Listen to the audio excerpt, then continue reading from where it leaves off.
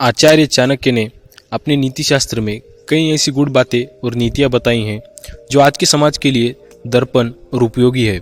चाणक्य ने अपनी नीतियों में बड़े बुजुर्गों, बच्चों सभी के लिए कोई न कोई सीख दी है, जिस पर अमल कर आदमी अपने जीवन को संवार सकता है। आज हम आपको चाणक्य की वे गुड़ बातें बताते हैं जिनका पालन कर आप भी अपने घर को सुख समृद्धि से भर सकते हैं। आचार्य चाणक्य की नीति भले ही कठोर क्यों न हो, लेकिन उनमें जीवन की सच्चाइयां छुपी हुई होती है। चाणक्य नीति के मुताबिक शादी को लेकर पुरुष के साथ साथ स्त्री पक्ष को भी सतर्क रहना चाहिए और काफी विचार विमर्श करने के बाद ही कोई अंतिम फैसला करना चाहिए। चलिए तो आप जानते हैं शादी को लेकर चाणक्य की बड़ी बातें क्या है। उनकी सर्वप्रथम बात यह है कि आचार्य चाणक्य ने अपनी पुस्तक चाणक्य नीति के प्रथम अध्याय के 14वें श्लोक में लिखा है कि बुद्धिमान व्यक्ति को चाहिए कि वो श्रेष्ठ कुल में उत्पन्न हुई कुरूप अर्थात सौंदर्यहीन कन्या से भी विवाह कर ले, परंतु नीच कुल में उत्पन्न हुई सुंदर कन्या से विवाह न करे।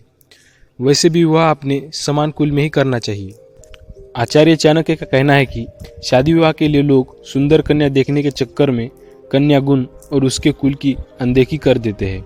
ऐसी कन्या से विवाह करना सदा ही दुखदायी होता है, क्योंकि नीच कुल की कन्या के संस्कार भी नीच होंगे, उसके सोचने, बातचीत करने या उठने बैठने का स्तर भी निम्न होगा, जबकि उच्च और श्रेष्ठ कुल की कन्या का आचरण अपने कुल के मुताबिक होगा, भले ही वह कन्या कुरूप और सौंदर्यहीन क्यों ना हो। आचार्य चाणक्य के मुताबिक ऊंचे कुल की कन्या अपने कामों से अपने कुल का मान बढ़ाएगी, जबकि नीच कुल की कन्या तो अपने व्यवहार से परिवार की प्रतिष्ठा कम करेगी।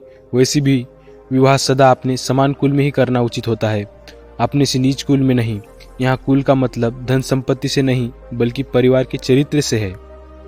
चाणक्य नीति के प्रथम अध्याय के 16वें श्लोक के मुताबिक विष में भी यदि अमृत हो तो उसे ग्रहण कर लेना अच्छा होता है।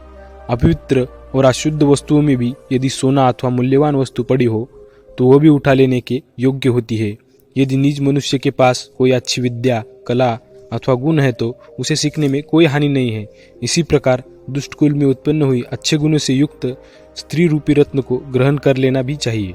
इस श्लोक में आचार्य गुण ग्रहण करने की बात कर रहे हैं। यदि किसी नीच व्यक्ति के पास कोई उत्तम गुण अथवा विद्या है तो वह विद्या उससे सीख लेनी चाहिए, अर्थात व्यक्ति को सदैव इस बात का प्रयत्न करना चाहिए कि जहाँ से उसे किसी अच्छी वस्तु की प्राप्ति हो, अच्छे गुणों और कला को सीखने का अवसर प्राप्त हो, तो उसे हाथ से जाने देना नहीं चाहिए। विष में अमृत और गंदगी में सोने से तात्पर्य नीच के पास गुण से है। जबकि एक अन्य श्लोक में आचार्य चाणक्य ने लिखा है कि पुरुषों की अपेक्षाओं में स्त्रियों का आहार अर्थात भोजन 2 गुना होता है और बुद्धि 4 गुनी होती है, तथा साहस 6 गुना और काम वासना 8 गुना होती है। आचार्य ने इस श्लोक द्वारा स्त्री की कई विशेषताओं को उजागर किया है।